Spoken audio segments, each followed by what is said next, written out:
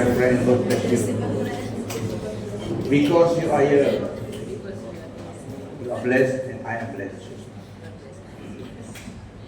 Kita tetap berdiri, saya lakukan doa.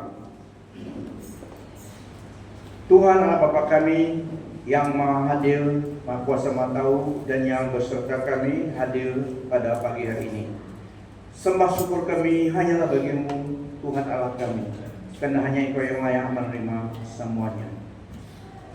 Kami akui Engkaulah Tuhan dan Allah kami. Dan sementara firman Tuhan ditaburkan di tempat ini, kami izinkan Roh Kudus yang menolong setiap individu jemaat Tuhan yang hadir supaya sampai kepada maksud firman-Mu. Engkau tolong hamba-Mu menyampaikan, menerangkan isi hatimu. Dan sementara firman Tuhan ditaburkan, kami izinkan Roh Kudus terus berkarya di tempat ini supaya satu pun tidak akan dikecualikan oleh penahan Roh Kudus Tuhan. Kami membuka hati kami untuk connect dengan Roh Allah di tempat ini dan menerima sesuatu yang ingin Allah kami, Tuhan kami deposit dalam roh kami. Kami membuka hati kami. Kami muliakan nama-Mu, firman-Mu adalah kehendak-Mu, firman-Mu berkuasa, firman-Mu adalah kehidupan. Di dalam nama Tuhan Yesus Kristus kami berdoa serta bersyukur. Amin. Silakan duduk. Topik yang ingin kita bahaskan pada pagi hari ini adalah Christ is the answer. Kristus adalah solusi dan jawaban bagi setiap aspek kehidupan kita. Christ is the answer. Nah, saudara-saudari, Tuhan Yesus Kristus, firman Tuhan katakan dan kita akui, karena firman Tuhan adalah kehendaknya. Firman Tuhan adalah kebenaran karena datang daripada Allah yang Maha Kuasa. Dan dalam firman Tuhan, Tuhan Yesus Kristus adalah the great I am. Dia adalah the great I am. Dia adalah solution atau answer kepada segala keperluan atau cabaran persoalan di dalam hidup manusia di dunia ini. Semua di dalam ciptaannya. Tuhan Yesus adalah solusinya, adalah jawabannya di dalam kehidupan setiap kita, dalam pergumulan persoalan hidup kita. Jawabannya adalah dalam Yesus Kristus. Banyak persoalan dalam hidup ini, di dunia ini. Selagi kita di dunia ini, banyak persoalan, cabaran yang mungkin kita hadapi ataupun akan hadapi ataupun telah kita alami dan sedang di dalamnya. Nah, yang berita baik adalah Tuhan Yesus adalah solusinya, jawaban bagi setiap pergumulan keperluan hidup manusia di dunia ini. Tidak perlu cari di mana-mana. Di dalam seluruh aspek kehidupan kita, dalam Yesus Kristus compact package solution bagi hidup kita dalam setiap aspek kehidupan manusia, karena Dia adalah Allah, the great I am. Tidak ada sesuatu yang terlepas daripada kuasa dan wibawa Tuhan dan Allah kita Yesus Kristus. Tidak ada sesuatu yang terlepas, merangkumi semuanya, persoalan, pergumulan, keperluan hidup dalam dunia ini. Tidak ada sesuatu yang terlepas daripada kuasa dan wibawa Tuhan Allah kita Yesus Kristus.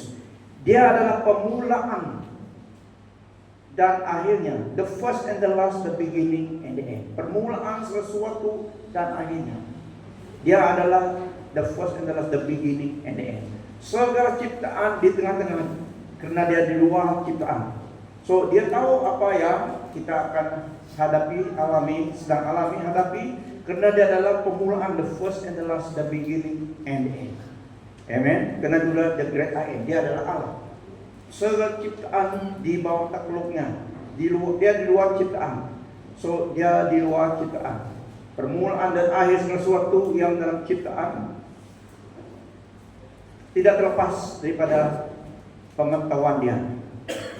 Maka Tuhan Yesus Kristus adalah solusi dan answer kepada semua baik keperluan hidup, baik hidup yang baik cabaran, baik pergumulan dan persoalan di dalam hidup ini. Tuhan Yesus Kristuslah jawabannya. He is the package yang Allah berikan bagi setiap persoalan hidup kita di dalam every season of life. Yesus Kristus adalah jawabannya. Yang pertama, kita lihat kepenuhan Allah di dalam Yesus Kristus. The totality of God in Christ. Kita lihat pertama kepenuhan Allah, the deity of God di dalam Yesus Kristus. the totality of God di dalam dia, because He is God. Dan dia merangkumi semua Allah itu di dalam dirinya. The deity of God di dalam Yesus Kristus. Yohanes 1 ayat 4 ayat 1 sampai 4 seterusnya. Pada mulanya adalah firman. Firman itu bersama-sama dengan Allah.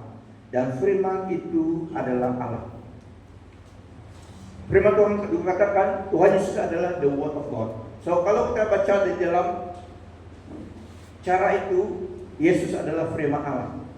Kita boleh baca seperti ini. Pada mulanya adalah Yesus. Yesus itu bersama-sama dengan Allah. Dan Yesus itu adalah Allah. Kan? Satu nama dia adalah firman. Pada mulanya adalah firman. Firman itu bersama-sama dengan Allah. Dan firman itu adalah Allah. Ia pada mulanya bersama-sama dengan Allah. Segala sesuatu dijadikan oleh dia. Dan tanpa dia tidak ada suatu pun yang telah jadi dari segala yang telah dijadikan. Di dalam dia ada hidup. Dan hidup itu adalah terang manusia. Ia telah ada di dalam dunia. Dan dunia dijadikan olehnya. Tetapi dunia tidak mengenalnya. Firman itu telah menjadi manusia. Dan diam di antara kita. Dan kita telah melihat kemuliaannya, yaitu kemuliaan yang diberikan kepadanya sebagai anak tunggal Bapa, penuh kasih karunia dan kebenaran. EVB Yohanes 1 ayat 14. Firman itu menjadi manusia dan hidup dalam kalangan kita. Kita telah melihat kemuliaannya sebagai anak tunggal yang datang daripada Bapa, penuh dengan kasih kurnia dan kebenaran. Yesus Kristus, the totality of God, diam di dalam dia. Kepenuhan Allah, maksudnya segala yang dikatakan Allah itu. Allah Bapa, Allah Anak, Allah Roh Kudus dalam Yesus Kristus. Diam di dalam dia. Ini maksudnya. So the totality of who God is dwell bodily in Christ. Yesaya 9 ayat 6 juga dalam Old Testament. Itu tadi dalam perjanjian baru, sekarang dalam Old Testament. Yesaya 9 ayat 6, firman Tuhan diklarasikan. Sebab seorang anak telah lahir untuk kita, seorang putra telah diberikan untuk kita. Lambang pemerintahan ada di atas bahunya. Dan namanya disebutkan orang, pertama, penasihat ajaib, Allah yang perkasa, Bapa yang kekal, Raja damai. Allah kita di luar pengertian kita, we cannot really comprehend that or understand the fullness of who God is. Karena kita manusia. Kalau kita tahu semuanya sama dengan dia, kita ada Allah. Tapi tidak, manusia adalah kita. Firman Tuhan adalah kehendaknya, firman Tuhan adalah wahyu yang diberikan kepada manusia supaya kita mengenal Allah yang tidak kelihatan itu. Yesus datang. Dan anak manusia 100% dia adalah manusia. Anak Allah karena dia datang daripada surga. Dia datang ke dunia ini. So dalam ayat ini, Yesaya 9 ayat 6, inilah Yesus Kristus. Nama dia dalam sini, penasihat ajaib, Allah yang perkasa, Bapa yang kekal, Raja damai. Siapa itu? Yesus Kristus. Dia adalah Raja damai. Krismas kita merayakan, dan ini adalah Yesus Kristus. Dari dulu, dari kekal sampai kekal, dia adalah Allah. Dia datang dengan rencana Allah sendiri untuk menyelamatkan manusia di dunia ini. Dia harus datang menjadi manusia. Itulah nama dia, anak manusia. Karena waktu dia di dunia ini, dia lahir di dunia ini, dia ada 100% manusia untuk menebus, karya penebusan manusia. Selesai dia balik lagi, beri rohnya. Inilah the totality of God dalam Yesus Kristus. For to us a child is born, to us a son is given, and the government shall be upon his shoulder, and his name shall be called Wonderful Counselor, Mighty God, Everlasting Father of Eternity, Prince of Peace. Itulah Yesus Kristus. Kalau Kolose 1 ayat 17 juga memberitahukan kepada kita, Dia terdahulu daripada segalanya, dan setiap yang wujud ada di dalam Dia. Dia sumber kehidupan di dunia ini dan di akhirat. The source of life, the sustainer of life, Yesus Kristus. Karena seluruh, Kolose 1 ayat 19 sampai 20 tafsir yang baru, karena seluruh kepenuhan Allah berkenan diam di dalam Dia, dan oleh Dialah Ia memperdamaikan segala sesuatu dengan dirinya, baik yang ada di bumi maupun ada yang di surga, sesudah Ia mengadakan pendamaian oleh darah salib Yesus. Allah mendamaikan manusia segala sesuatu melalui Yesus Kristus. Karena Yesus Kristus adalah the image of the invisible God, the radiance, the exact representation of the unseen God. Yesus datang. Kita tidak dapat melihat Allah yang jadi maha kuasa. Yesus datang, present Dia, karena Dia Allah. Dia nyatakan kepada manusia supaya manusia mengenal Allah penciptanya itu di dalam dan melalui Dia. Amen. Kolose 1 ayat 19 tadi, ABB. Dia terdahulu daripada segalanya, dan setiap yang wujud ada di dalam Dia. Dan Dia ialah kepala kepada tubuh, yaitu jemaat. Dia adalah permulaan, anak sulung yang bangkit daripada kematian, supaya dalam segalanya Dia yang terutama. Menyatakan supremacy, keutamaan Yesus di dalam semua ciptaan. Dia mati, Dia bangkit. Dia mati untuk tujuan penebusan. Dia bangkit karena Dia Allah yang sumber kehidupan. So, ini berbicara kepada supremacy, keutamaan, keunggulan Yesus Kristus sebagai anak Allah dan anak manusia. Karena Allah berkenan bahwa seluruh dirinya berada di dalam Dia. Wow. Amen. That's why we worship the one and only true God. Dia yang menciptakan kita.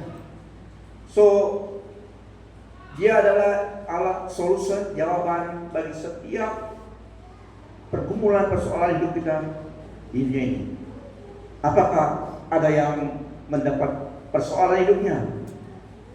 Questions in life. Yesus datang menyatakan, Dia memberi solution itu. Dia memberikan firman-Nya supaya kita dapat mengenal kehendak-Nya.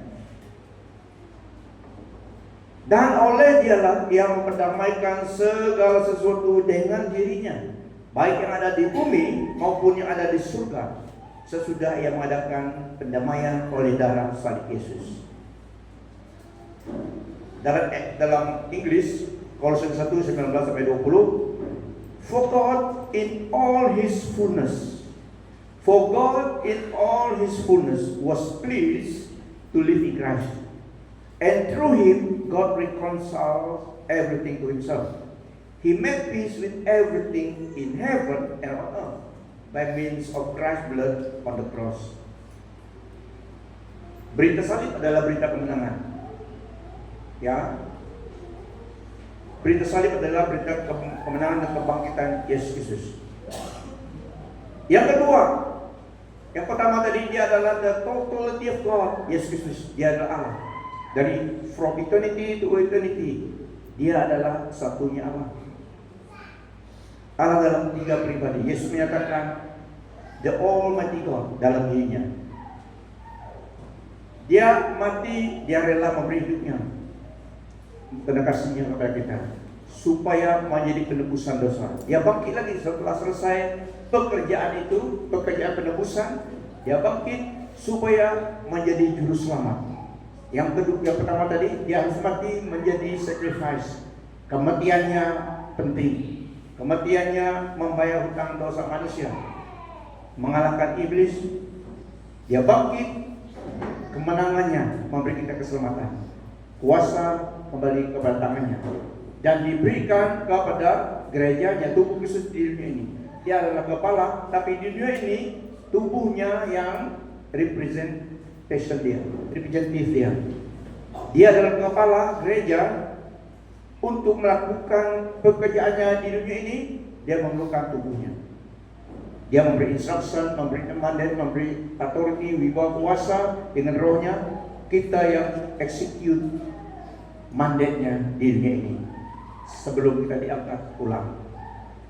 So Yesus adalah Allah. There is no doubt about that. Tidak ada keraguan, tidak ada yang meragukan. Yesus adalah Allah, dari kekal sampai kekal. Agama yang lain menyatakan, adakah Yesus mengatakan dia Allah? Ya, ada. Tapi bukan cara yang kamu pikirkan. Bukan cara manusia yang degil, tapi dengan cara Allah, dengan cara hikmat daripada Tuhan. Firman Tuhan mengatakan Yesus adalah Allah. Karena ada agama yang mengatakan ingin meragukan. Di mana? Beritahu di mana Yesus katakan dia ada Allah. Dia tidak tahu Alkitab. Bahasa Alkitab dia tidak mengerti. Firman Tuhan menyatakan dari Genesis sampai Wahyu tentang Yesus Kristus, satu-satunya Allah yang kekal itu, hidup kekal itu. Yang kedua saya ingin bawakan kepada kita, the Judas is, cuma Judas Iskariot. Apakah penting? Penting dalam kitab pelajaran dalamnya. The Judas is cuman a tactic of deception and manipulation. Deception and betrayal in life, a tactic to deceive and to manipulate.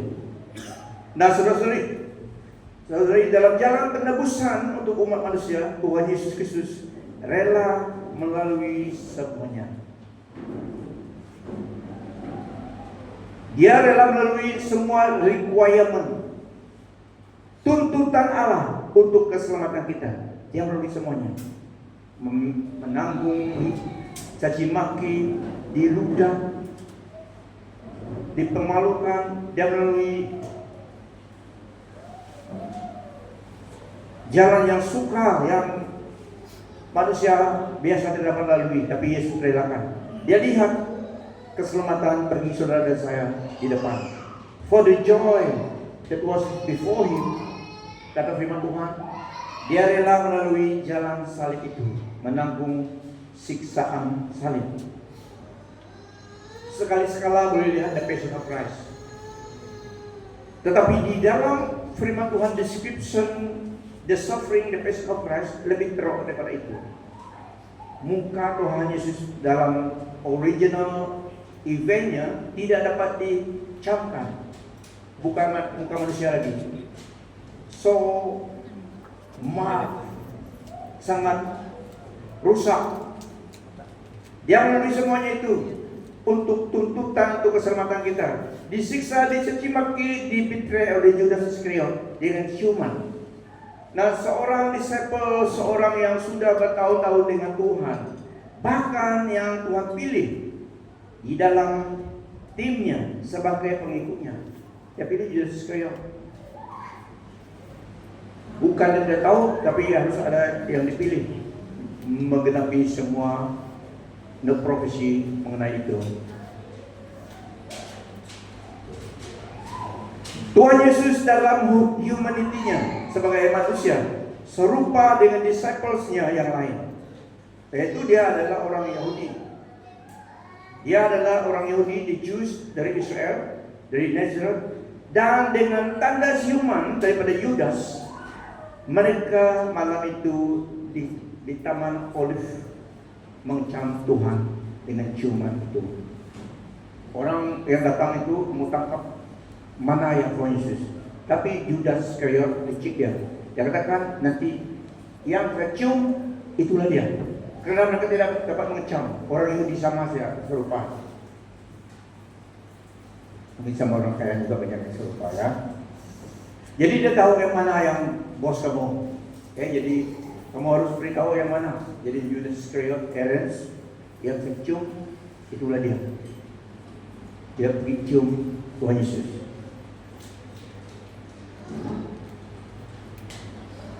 Tuhan Yesus katakan, tiada sesiapa yang dapat merenggut nyawaku. I gave my life, I have the power to give my life, and I lay down my life on my own accord. and I will take it back again. I have the power to lay it down and to take it back. Tuhan Yesus katakan, Yohanes 10 ayat 18 juga, sesiapapun tidak dapat merenggut nyawaku, aku menyerahkannya dengan rela. Aku berkuasa menyerahkan nyawaku dan berkuasa mengambilnya semula. Inilah perintah yang aku terima daripada Bapakku. Misalnya datang ke dunia ini lebih daripada 2000 tahun yang dulu adalah untuk menjadi penebusan dosa. Dia harus datang ke dunia ini, ke dunia manusia, supaya dia jadi manusia. Allah datang menjadi manusia, incarnation. Manusia tidak dapat menjadi Allah, walaupun Allah yang menipu manusia. Mereka katakan mereka adalah divine being, tidak.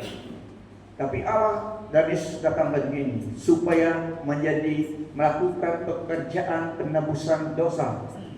Jika tidak ada yang diselamatkan. Tapi Allah mengasihi kita. Caranya ada jalan kematian, korban. Itulah akibat dosa adalah maut. Tetapi hidup yang kekal adalah cuma diberikan oleh Tuhan. Cuma karena Yesus telah membayarnya dengan hidupnya. Dia datang menyempurnakan tuntutan the perfection itu, sacrifice, perfect sacrifice.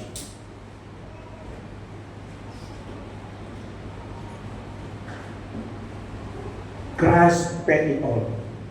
Semua yang menjadi persoalan, pergumulan, cabaran, keperluan hidup ini, Yesus Kristus jawabannya. Yang paling teruk adalah dosa, bukan cancer.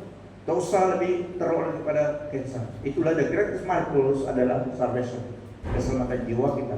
Karena itulah eternal life. So yang memisahkan manusia daripada Allah, separate us from God, adalah dosa. Yesus datang pertama untuk itu. Meskipun dalam package itu ada berkat yang lain, tapi yang pertama, yang top life blessing adalah keselamatan bagi jiwa kita. Because on that day will be with God. Eternal life keselamatan dari. Yesus datang untuk itu. Christ paid it all. It is finished. The forgiveness of sin. Itu yang pertama, it is paid for. Karena dia datang dan bangkit setelah menebus dosa manusia. Redemption by Christ's blood, not to appease, but redemption victoriously. Tidak appease maksudnya kalau orang yang tidak percaya pada Tuhan, mereka ikut the shadow of the Old Testament, bawa ayam, bawa kambing. Karena saya dulu kejadian, saya lihat itu. Mereka membuka blok baru, sembahyang dulu. Ada juga sembahyang di situ. Mereka bawa kambing menjadi korban. Kambing tua. Bagus saya buang. Kalau yang ada ini macam kambing ya, kasih simpan. Terus dengan simpan kau punya. Nanti orang kasih. Jangan simpan ini ya. Nanti istri kamu marah dekat. Itu dorong sudah. Tapi bawa kambing itu, bawa kambing dari Mary pergi ke ingat kambing untuk sembelih, to appease the spirit. Karena mereka bilang supaya roh jahat jangan kacau kerja blok ini. Mau sembah roh dulu, beri senang hati dia. Masa korupsi, suap dulu, ya beri darah kambing. Itu maksudnya to appease the spirit. Tapi Tuhan Yesus datang memenuhi tuntutan Allah. Hidupnya diberikan kesempurnaan, mengalahkan kuasa dosa, kuasa iblis. Melalui kematian dan kebangkitannya, Yesus bangkit. Karena Yesus bangkit, kemenangan di pihak kita. Ya, tidak ada mati sejak dia bangkit, tapi dia memang mati. Karena ada agama yang mengatakan Tuhan Yesus sudah mati. Allah tidak begitu kejam. Tidak, Yesus mati. Begitu juga kejamnya dosa, harus ada kematian menggantikan dosa. Yesus mati, menanggung dosa kita, menebus dosa kita. Dia mati, tapi dia harus bangkit.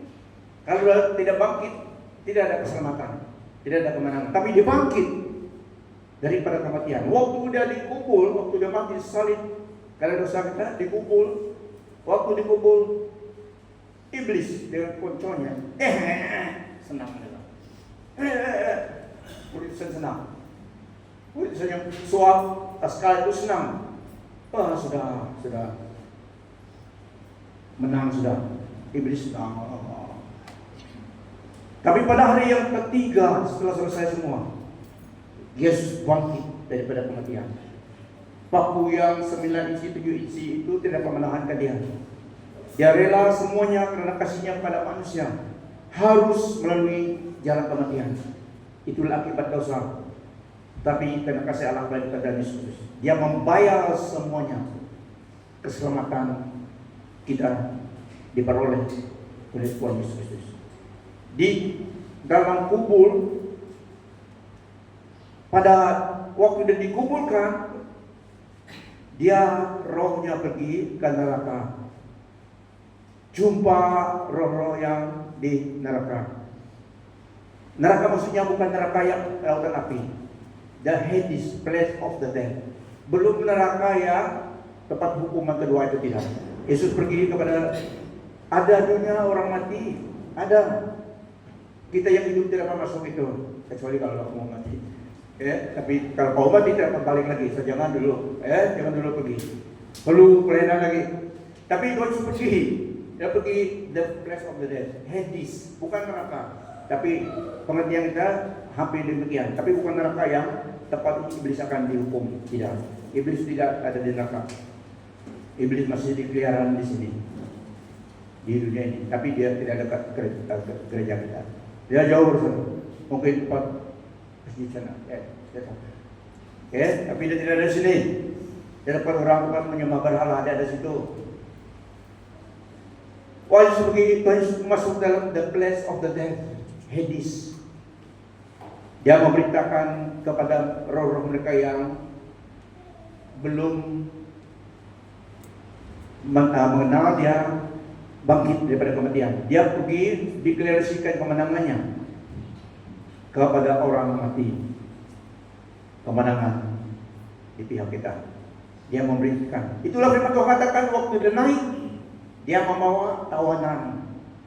Roh mereka yang percaya tadi bersama dengan Tuhan. Abraham bosan, maksudnya orang yang selamat di Abraham bosan, yaitu tempat kematian tetapi belum surga. Setelah Yesus bangkit, dia membawa mereka ini. Roh mereka dibawa bersama dengan dia in paradise, in heaven. Itu dia pergi. Firman Tuhan katakan, waktu dia naik, dia membawa tawanan. Wow. Pada hari yang ketiga, Yesus bangkit, Resurrection Sunday. Ya bangkit, iblis gemetar, terus menjadi anjing kurang. Terus dia tahu macam itu kan, tidak ada masalah. Tapi dia terus pulau. Sekali lagi bangkit Tuhan Yesus, baru dia tidak dapat mengecam strategi Tuhan. Itulah iblis, semua malaikat adalah ciptaan Allah. Mana mereka dapat tahu mengecam rencana Allah? Setelah selesai, baru manusia tahu, baru juga iblis tahu. Kemenangan di pihak kita, Yesus bangkit. Itulah segala keperluan persoalan hidup Yesus menanggung, dan di dalamnya ada solusi semuanya. Yang pertama adalah dosa manusia. Ini yang memisahkan kita daripada Tuhan. Inilah satu penyakit yang jahat, yang terjahat. Yesus datang untuk itu. So the forgiveness of sin, paid for, redemption dengan darahnya. So bukan dia episode spirit, dia datang memberikan kemenangan. Tuntutan Allah untuk penebusan manusia telah ditunaikan. Kesempurnaan. Dia mati dan kematiannya adalah perfection. Kematiannya karena dia adalah sinless waktu dia di dunia ini. Dia mati. Kalau orang Israel dulu, orang di dalam Old Testament, kalau untuk propitiation ataupun untuk epis ataupun untuk menyenangkan tuntutan Taurat, korban harus bawa burung ataupun binatang, tidak boleh bawa yang murah. Amen. Tidak boleh bawa ayam ataupun burung yang patah sayapnya ataupun hilang, tidak. Harus bawa yang lengkap. Waktu Tuhan Yesus di Getsemani, Petrus tarik pisaunya, tapi pisau suruh. Bukan pisau pendek, panjang suruh. Dia potong telinga satu orang Yahudi. Ini adalah tim daripada sinagog, daripada gereja, kalau kita bahasa kita.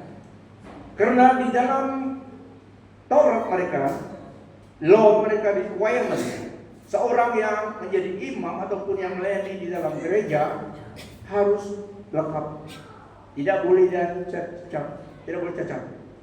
So waktu Petrus potong telinga Markus, kan nama dia, yang salah, Malcus. One of the guy, Petrus potong telinganya, tidak dibalikkan sini. Itu menghentikan tugasnya ataupun karyanya. Kalau Tuhan Yesus tidak menyembuhkan telinganya, tidak dapat dia melayani dalam sinagog. Karena perfection, harus perfection. Imam-imam mereka harus perfect, tidak boleh sakit-sakit, tidak boleh cacat, tidak layak. So harus sempurna sebagai figure. Tapi Tuhan Yesus menyembuh, pulih telinga orang itu. So dapat dia terus melayani di tempatnya. Kalau tidak, hilang kerja dia. Petrus potong itu. Petrus mau supaya dia dibuang kerja, tapi Tuhan Yesus menyembuhkan, restore pekerjaan orang itu. Tuhan Yesus memberi hidupnya perfect Son of God, sinless, menyempurnakan tuntutan penebusan. Untuk diterima dalam Old Testament Taurat mereka harus membawa burung yang baik ataupun binatang yang dipilih. Mengikut Taurat itu, requirement itu. Tidak boleh sembarang. Itulah Esau tidak diterima sacrifice-nya. Tuhan suruh memberi daging, memberi binatang, dan memberi buah daripada hasil tanah. Okay? So itu requirement. Tapi Tuhan Yesus datang menyempurnakan semuanya. Sebab di dalam Dia dan oleh darahnya kita beroleh penebusan, yaitu pengampunan dosa menurut kekayaan kasih karunia-Nya. Efesus 1 ayat 7. Tuhan Yesus lakukan semuanya ini mengasihi kita. Karena dosalah yang memisah manusia daripada hadirat Allah. Untuk kita menjadi satu dengan Allah lagi, peace with God, harus ada pengampunan dosa dan penebusan darah Yesus, menyatukan, mendamaikan kita dengan Allah lagi. Titus 2 ayat 11-14.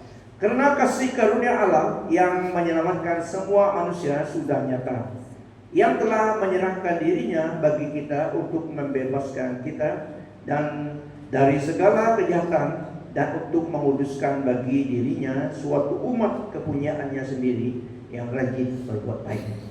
Roma 6 ayat 23. Sebab upah dosa ialah maut, tetapi karunia Allah ialah hidup yang kekal dalam Yesus Kristus Tuhan kita. Nah saudara-saudari, dosa itulah yang memisahkan kita daripada Tuhan Allah pencipta kita. Dosalah yang masalah utama, dan itulah keselamatan jiwa yang mujizat terbesar. Penebusan dan kebangkitan Tuhan Yesus Kristus telah settlenya untuk kita, sudah selesai. Tuhan Yesus katakan sudah selesai. Maksudnya juga kita setelah kita mendengar kabar baik, tidak seharusnya kita masih hilang. Tidak seharusnya kita belum percaya. Tidak seharusnya kita belum memiliki harapan dalam Yesus Kristus. Jika masih ada di kalangan kita, keluarga kita, ajak mereka, beritahu mereka kebenaran. Satunya juru selamat Yesus Kristus, yang terpenting dalam hidup manusia. Yang lain penting, tapi yang terpenting adalah keselamatan bagi jiwa kita, karena itu menjadi kekal. Ibu bapak jangan katakan seperti ini, yaitu ibu bapak. Selalu demikian, ada yang buat alasan. Kami sudah tua, kamu orang anak-anak, ikut Tuhan. Gila untuk kita, salah. Dia terima Tuhan untuk dirinya, bukan untuk kamu. Salah kan? Bukan menerima bantuan banjir. Bukan menerima bantuan banjir untuk kita, tidak. Dia selamat untuk dirinya sendiri. Enak mentelok, kami aman. Salah. Yang tak kayak yang perlu cepat gol. Kalau pendek itu sudah pendek cepat, oke? Tunggu saja. Tapi penting, semua kita perlu secara pribadi perlu menerima keselamatan jiwa kita. Sangat penting. Lihat kawanmu sebelah kanan kiri, senyum saja, jangan cakap, senyum. Betapa besar kasih Allah kepada kita. Takkan kenapa kita masih menolak? Tidak menerima. Kecuali kita belum mendengar berita baik. Ini berita baik.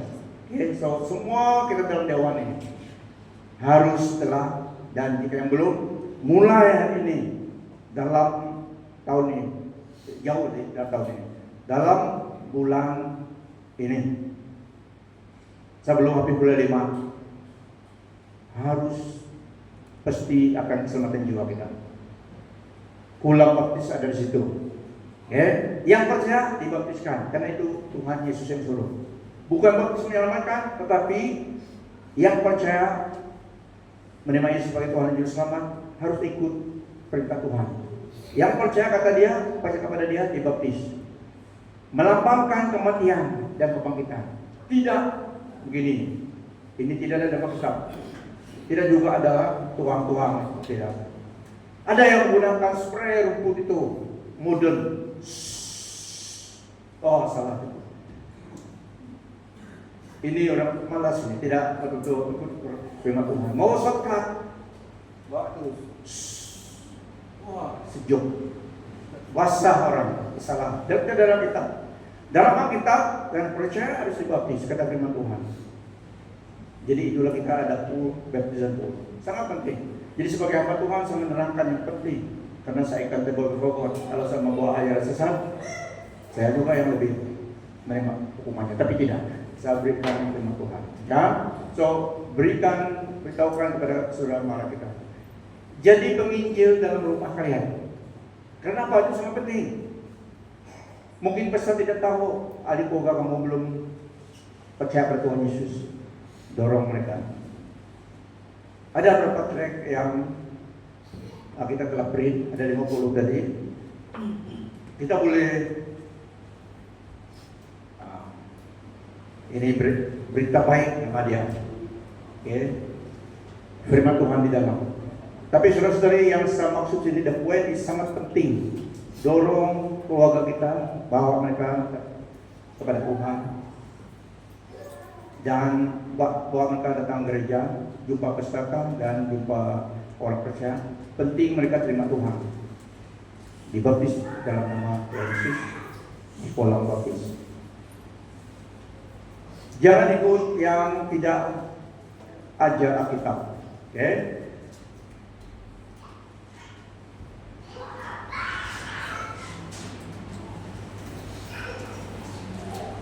Jadi sangat penting. Yang pertama tadi adalah solution untuk jiwa kita, pengampunan dosa, Tuhan Yesus lakukan.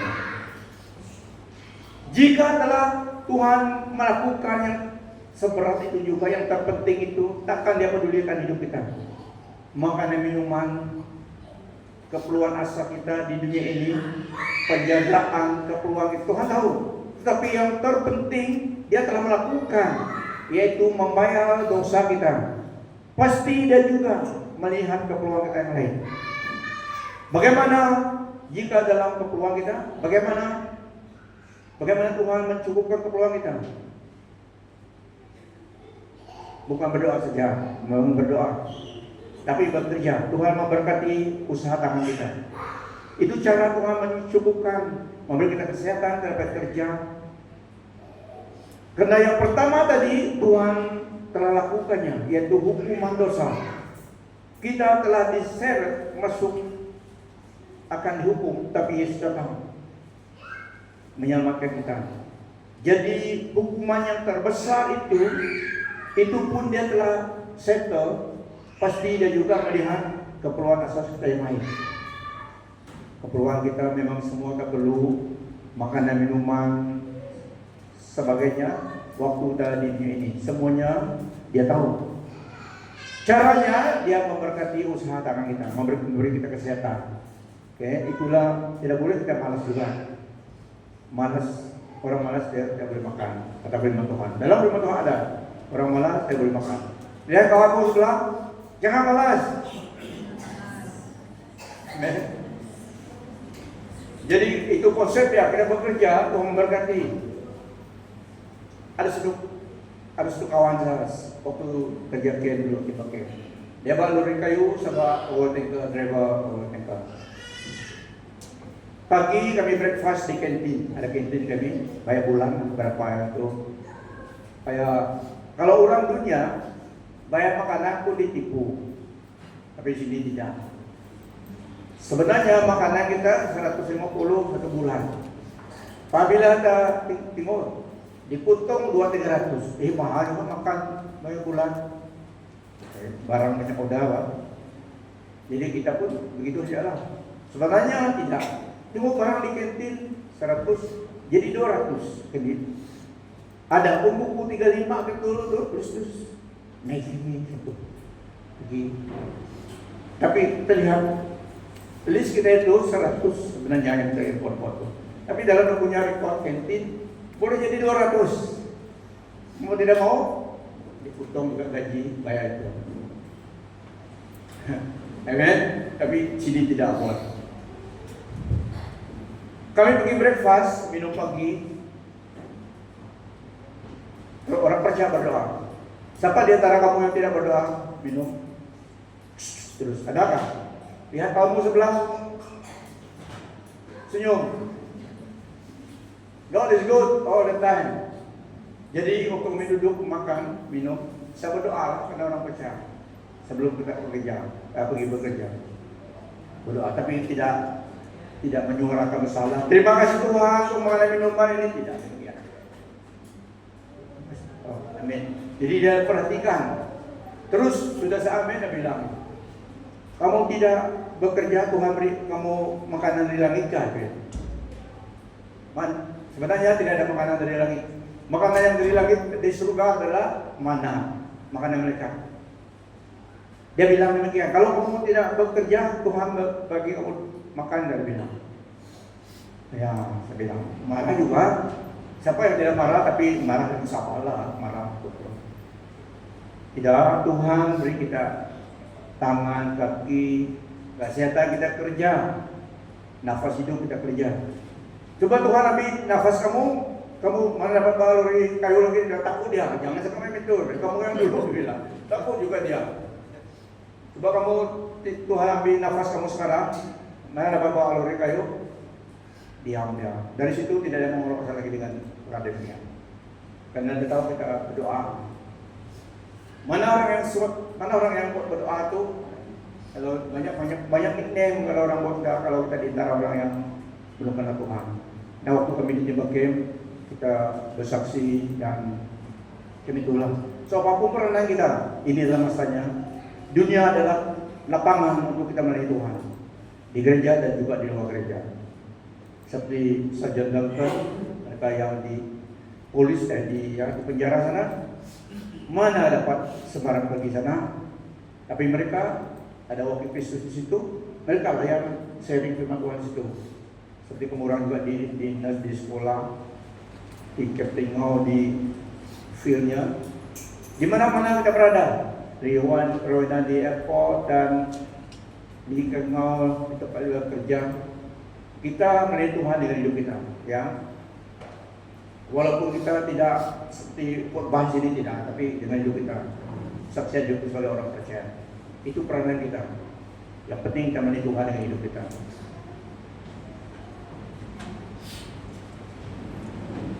Khotbah kita telah sampai tadi habis ini. Semua sharing pro dan tidak tadi. Oke. So saudara-saudari, Yesus Kristus adalah jawaban bagi setiap hidup kita di dunia ini. Tidak ada cara lain lagi. Tidak ada cara lain lagi yang dapat menolong kita. Pertama, keselamatan jiwa kita. Kecuali orang itu menolak anugerah pengobatan Tuhan, memang tidak ada yang dapat menyelamatkan dia lagi. Ya. So, apapun pergumulan kita, pandang salib Yesus. Dia yang dulu mengasihi kita. Dia dicaci maki, diludah 600 tentara ludah the Son of God pada masa itu sebelum disalib. Kata firman Tuhan. Tapi dia relakan semuanya. Di atas salib dia katakan, Father, forgive them, for they do not know what they do. Ampuni mereka, Bapa, karena mereka tidak tahu apa yang mereka lakukan. Itu adalah bahasa kasihnya kepada umat manusia. Dan dia tahu jika dia tidak melalui jalan itu, tidak ada harapan bagi manusia ciptaannya. Karena dia begitu mengasihi kita. Itu saja jalan kita pulang melalui dia. Dan jalan salib. Yesus melakukan semuanya. Dia katakan, I am the way, the truth, and the life. Hanya Yesus Kristus. Bukan agama, bukan teologi, bukan ideologi. Yesus Kristus. Kesian kita melihat orang yang diberi ajaran sesat juga yang tidak berdasarkan firman Tuhan. Berapa orang sejak kita sini dalam gereja, ada tempat yang ramai orang mendengar ajaran sesat juga.